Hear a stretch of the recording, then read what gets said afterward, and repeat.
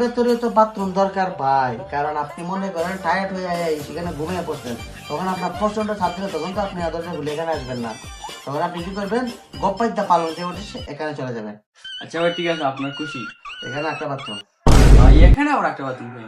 ভাই, এখানে বাথরুম এটা আমার মনে ধরছে, আমি এমনি দিছি, আর বুঝানি লাগবে বেশি। আচ্ছা ভাই ঠিক আছে। এখানে হলো আপনার পাকঘর, অনেক বড় একটা পাকঘর দিলাম, এখানে একটা বাথরুম দিয়ে দিলাম।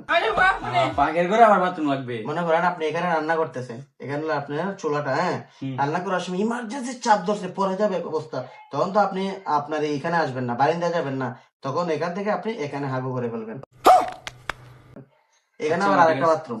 এখানে কেন আবার একটা বাথরুম? মনে করেন যে এখানে অন্যজন গেছে, তাহলে অবশ্যই আপনি বেশি ইমার্জেন্সি আপনি অন্য কোথাও যেতে পারবেন না, তাহলে এখানে যাবেন। আচ্ছা ভাই ঠিক আছে। এখানে একটা বেসিন, ভাই এবার তো আপনি খুশি? জি। বেসিন আর লাগাই থাকবে একটা বাথরুম।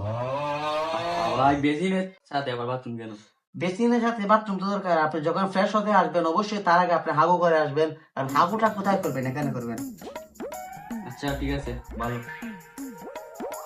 এরপরে মনে করেন এই পাশে, হ্যাঁ, এই পাশে আপনার একটা রুম থাকবে, এখানে 4টা বাথরুম থাকবে। फिर से आ गए रे बाबा, इधर जहर खाने का पैसा नहीं है तो जा रे जा। আহা ভাই, একটা রুমের ভিতর 4টা বাথরুম? মনে করেন যে আপনার বাসায় 4জন মেহমান আসছে, তারা এখন 4জন একসাথে হাগু ধরছে, তারা এখন কোথায় যাবে? এইজন এখানে যাবে, এইজন এখানে যাবে, এইজন এখানে, একজন এখানে। আচ্ছা ভাই, আপনি আরেকটা কাজ করতে পারেন। কি? এই যে আমার বাড়ির কোনায় এখানে আছে না, হ্যাঁ। এখানে একটা বাথরুম দিতে পারেন। আচ্ছা এখানে বাথরুম, কিন্তু ভাই এখানে বাথরুম কেন? কারণ হলো আপনাকে যখন আমি পিঠিয়ে ঘর থেকে বাইর করবো, হ্যাঁ। তখন আপনার বাথরুমে চাপ দিতে পারে, হ্যাঁ। তখন আপনি এইখানে চলে যাবেন। ভাই এই প্ল্যান বাদ, প্ল্যান বাদ।